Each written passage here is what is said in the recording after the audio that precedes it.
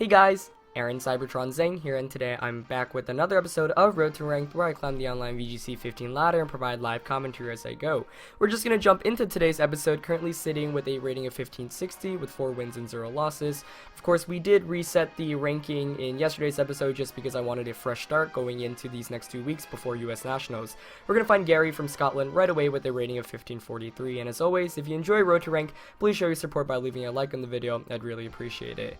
Gary here has quite the solid team of Venusaur, Landorus, Thundurus, Heatran, Suicune, and Scrafty, so kind of looks like a hybrid, especially thinking of Wolfie Glick's earlier team, like he won Florida Regionals with. That one had Mega Venusaur, Landorus, Heatran, Scrafty. I think he had Rotom Wash and Banette on that team, but we do see Thundurus and Suicune here instead.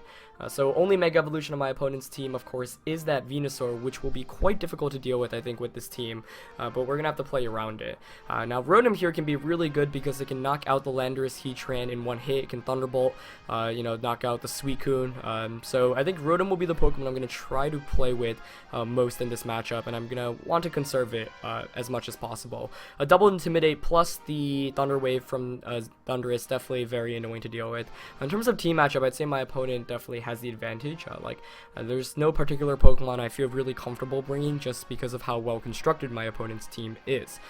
So let's see, I do like leading Rotom Wash, and I actually like leading Togekiss, and I think setting up Tailwind can help a lot, but beating that Thundurus might be a bit annoying, so I'm trying to see what I can do to really beat it.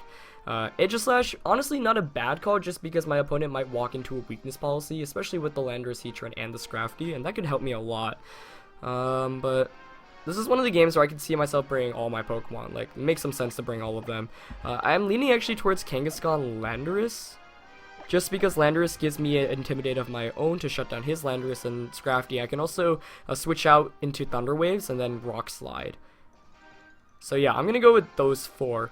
Now, Volcarona is not bad in this matchup, but given that my opponent has both Landorus and Heatran, I'm not particularly fond of bringing it. And like I said, Aegislash would be really solid, but it basically forces my opponent to get a super effective attack off, so most likely Aegislash wouldn't get more than 1 attack off. So let's see. My opponent's going to end up bringing Landorus and Thundurus, though, as I lead with my Rotom Wash and Togekiss. So immediately I do have the ability to set up Tailwind, and Rotom obviously appreciates the position it's in, though there's a chance that Landorus here is probably going to want to switch out immediately. Now, given that he led with Thundurus and Landorus, I'm inclined to believe that he has Venusaur in the back. I could definitely see him switching out into Venusaur. I don't want Togekiss to take too much damage, that's for sure. Ideally, though, I want to knock out the Thundurus so he can't Thunder Wave my Kangaskhan, or Hidden Power Ice my Landorus, so I want to take that down before anything else, I think. But, I would probably U-turn Thunderbolt here, but I could also see my opponent Rock Sliding Thunderbolting. So there are 2 plays I could really make here: Hidden Power Ice into Landorus and Protect with my Togekiss. It's relatively risk-free, but then he might be able to get in the Venusaur for free. Or I could just Thunderbolt Thundurus instead of Tailwind. Or, you know what? I'm actually going to Hidden Power and Air Slash that slot. Because it means if he switches out, which actually is the move he does, then I am able to do a lot of damage to whatever comes in. Rotom, however, does take a good amount of damage there from the Landorus. Of course, this Rotom, all special invested, so can't really take physical type attacks, or really any attack very well. But I assume we're going to see a Thunderbolt. He makes a very good switch into Suicune there, so I do learn that he has Suicune. I'm guessing his last one is Venusaur. That was the best Pokemon for him to switch into. And I am faster than this Thundurus, which is good knowledge, but unfortunately I'm not going to be able to take much from this turn, as Rotom takes the Life Orb damage there. The Thundurus here is going to go for the Thunderbolt, smartly into a Togekiss, which is going to bring me just around 50%. The good news here is I can survive another Thunderbolt, so you'd assume that's the bulkier Thundurus that we see all around. So I'm going to be able to get an Air Slash off here, but my opponent definitely got more out of that turn than I did. He got a lot more damage off. Let's see. If I were my opponent, I'd probably Thunderbolt the Rotom.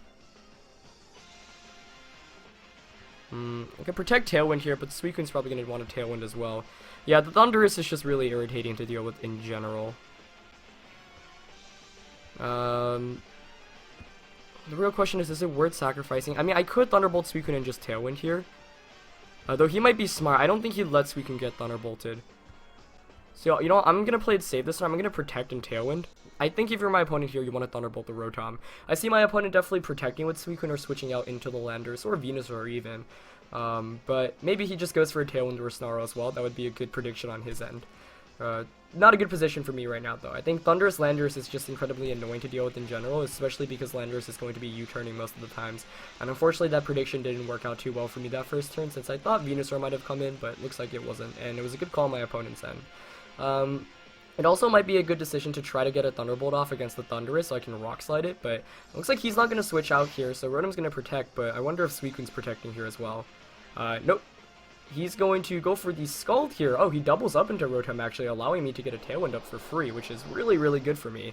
I was not anticipating that turn, but I'm really happy about that. So he obviously really wanted that Rotom gone. Now, this allows me to Thunderbolt the Suicune. I'm just going to Thunderbolt Suicune and Air Slash Thundurus this turn, I think. However, my opponent can outplay me here by switching out the Suicune. I'm not sure if he wants to switch out because he stayed in last turn. It looks like I end up making the right move since I am able to connect with the Thunderbolt. Actually doesn't knock out the Suicune though. Hangs on with a sliver of HP, so that's a testament to how bulky Suicune is. I do get an Air Slash off against Thundurus, of course, really going for the flinch right now, 60%. I do manage to get it as Suicune manages to match my Tailwind with one of its own. So both of us now setting up Tailwind, which obviously is very scary, but you know, I don't mind Suicune hanging around, and what I'm going to do this next turn is I'm just going to Thunderbolt the Thundurus, and I'm going to protect with the Togekiss. I know my opponent has Landorus in the back, and I'm assuming the last one is Venusaur, though it could be Heatran or Scrafty, and I know that my Mega Kangaskhan deals with all of those very well. So what I'm going to want to do is, I know that Rotom is faster than Thundurus. I'm going to want to Thunderbolt the Thundurus to try to put it in Rock Slide KO range, bring in my own Landorus, and then Rock Slide away. By doing so, once I can knock out Thundurus, you know, Kangaskhan can get paralyzed, which can really help me out. The issue in this, however, of course, is that I'm probably going to lose Rotom this turn, and Rotom was pretty essential in this matchup. So looking back, I guess a better move I could have made was probably withdrawing the Rotom out into the Landorus. And if I could replay that turn, that's actually probably the play I'd make. I'm going to go for the safe Thunderbolt here instead of the Hydro Pump. No really need to risk that miss. It's going to proc the Citrus Berry, but should put it in Rock Slide KO range at this rate, as it's under 50%. He's going to go for the Thunderbolt here. Yep, targeting down that Rotom, and that's going to knock it out, but I don't mind that too much because, like I said, I do get a free switch into a Landorus, which I have in the back, as Suicune scalds once again into Togekiss. And this should be my last turn of Tailwind, so I do have to play accordingly, but that's alright. So definitely a really intense battle to start off. I thought the Suicune hanging on was definitely slightly surprising just because my Rotom is so offensive, but, you know, Suicune being that bulky shouldn't catch you off guard too much. So I'm going to go for the Rock Slide here. I wonder if my opponent's going to consider withdrawing the Suicune into his own Landorus, because then he could survive my Rock Slide. But I'm still going to Air Slash that slot, the Suicune slot, I think. I don't mind if he really withdraws because Landorus is still the fastest Pokemon on the field, so not only do I get the flinch chance, but I get free damage off, a lot of free damage off, so this is a pretty big turn, I think, especially because neither of my opponent's Pokemon have revealed Protect, but he's actually going to withdraw the Thundurus into the Landorus, which is a smart play because it conserves the Thundurus a bit longer. The real question is whether Suicune here goes for a Protect, which it hasn't. It looks like he's not going to go for it. I fortunately connect with the Rock Slide on Suicune, which is big. Missing it would have been really bad since he could have gotten a Ice Beam off against either of my Pokemon, but not going to be the case here. And I do get free damage off with the Rock Slide and the Air Slash. So I come out the turn with a knockout and I bring Landorus under 50%. Tailwind peters out on my end, so my opponent does have one last turn of Tailwind. Looks like we're going to see my opponent's last Pokemon, and it of course is going to be that Venusaur, so not much of a surprise there. And that puts me in a slightly awkward position. Let's see. The main issue is I don't really want to withdraw my Landorus into Kangaskhan since I think Kangaskhan's incredibly important at this point in the matchup. And I don't really want it to take any damage. So I think I'm actually just going to Rock Slide and Protect here. Normally I would be inclined to withdraw the Landorus into Kangaskhan, but I do think Kangaskhan is the key to winning this match, and if my opponent, you know, predicts me or just does a lot of damage or gets a critical hit, that would put me in a disadvantageous position. So I'd rather just conserve it now, so I'm going to just make the safe Protect, stall out this last turn of Tailwind. He's going to choose the Rock Slide here, not much of a surprise. And we'll see what Venusaur goes for. He's going to go for the Leech Seed smartly into the Landorus slot. So I guess it wouldn't have been too bad if I switched out into Kangaskhan. He unfortunately flinches me, but that's really not much of a surprise. And yeah, now looking back at it, I mean, but it probably would have been a bit better to pull the switch. just because now Togekiss has to get rock slided, which is not good. But I think I'm just going to withdraw into Kangaskhan, and I'm going to go for a... Do I want a Tailwind? Yeah, I'll Tailwind here. Just to ensure that my Landorus outspeeds his, which is actually really important. That's why the Landorus mirror matchup is always so scary. So I'm going to bring in Kangaskhan here. We'll see what he goes for. He's, protecting with Venusaur. That's perfect for me here. As long as he doesn't flinch, and of course he does have a pretty decent chance of flinching, but either way, it's better than what I was anticipating in the beginning of the turn. So let's see. I do manage to get up Tailwind down. That is perfect. So that really, really goes a long way in this match. That is exactly what I needed. This next turn, I'm going to double up on Venusaur with a Fake Out and a Air Slash. I know that my opponent has Thundurus in the back, but I don't really mind it because he's one hit away from getting knocked out. That Thundurus, of course. So if the Venusaur switches out into Thundurus, Fake Out knocks it out, and I get a free Air Slash off. If he stays in, I render Venusaur useless, and Venusaur right now is the biggest threat to my entire team. Landorus, of course, can choose to stay in and get a Rock Slide off, but if it chooses to stay in, he'll get a Rock Slide off. He won't even knock out the Togekiss. However, he's going to play it smart, switch the Landorus out into Thundurus, which is the move I assume my opponent would go for. But that's perfectly fine with me, given that I still have my Landorus saved up in the back. However, that was probably the best play my opponent could have made, and looking back, I mean, I just don't want the Venusaur to get any damage off at all. He's not going to go for the double protect, so I am going to be able to get free damage off with the Fake Out and the Air Slash, which is really good. And so setting up that Tailwind was pretty clutch. Air Slash fortunately connects, you know, with the accuracy it's always a bit scary, and I bring it down to very low HP. So it's going to be a close one, but should be able to seal up the game. I'm going to go for the Double Edge here into the Thundurus slot, and I'm just going to go for the Follow Me, I think. Yeah. This way I knock out Thundurus. Thundurus is a Pokemon that very often doesn't carry Protect, and my opponent actually protects with Venusaur once again, which is, you know, even better for me here. Which is why I double edge the Thundurus. I know that Venusaur has a chance of protecting, whereas Thundurus really can either stay in and get knocked out, or it can switch out. He's going to go for the Thunder Wave, but the nice thing about Follow Me is it goes before anything else, so I'm going to be able to avoid really, you know, dealing with the full paralysis.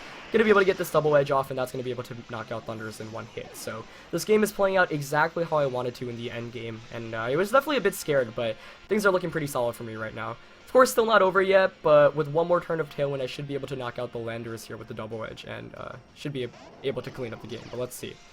So Landorus is going to come in, he's going to be able to get the Intimidate off.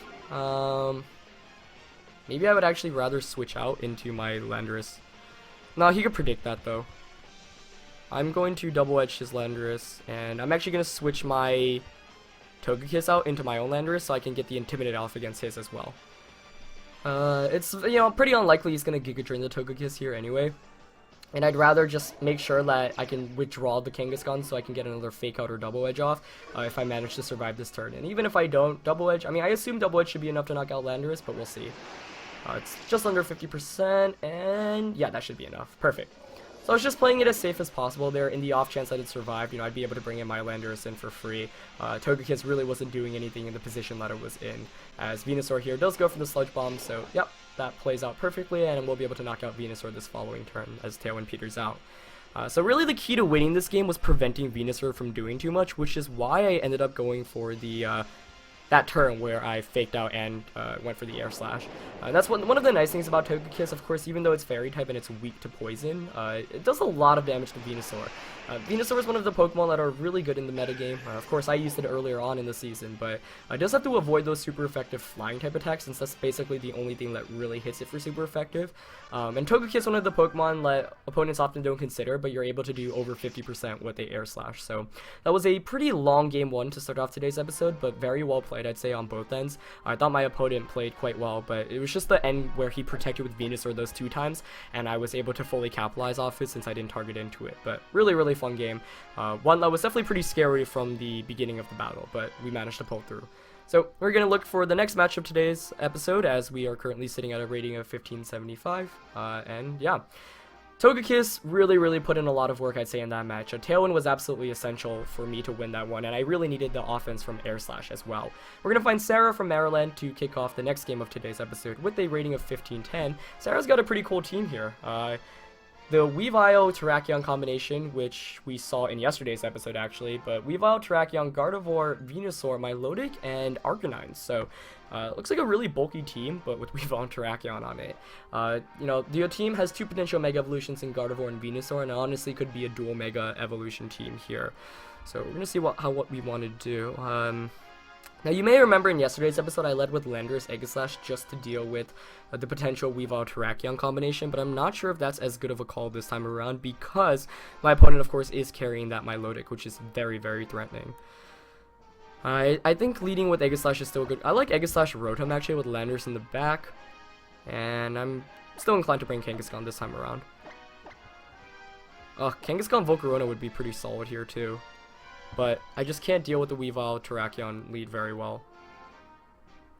Yeah, so I'm going to go with these 4 and we'll lock in.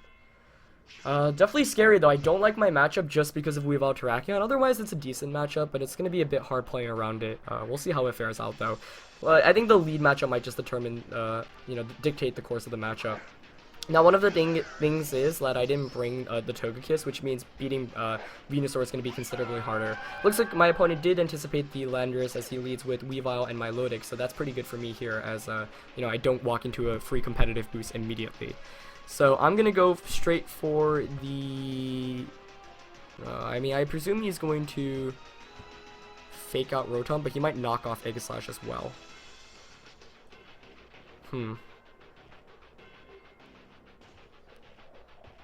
I'm just going to Flash Cannon Weavile this first turn and Thunderbolt.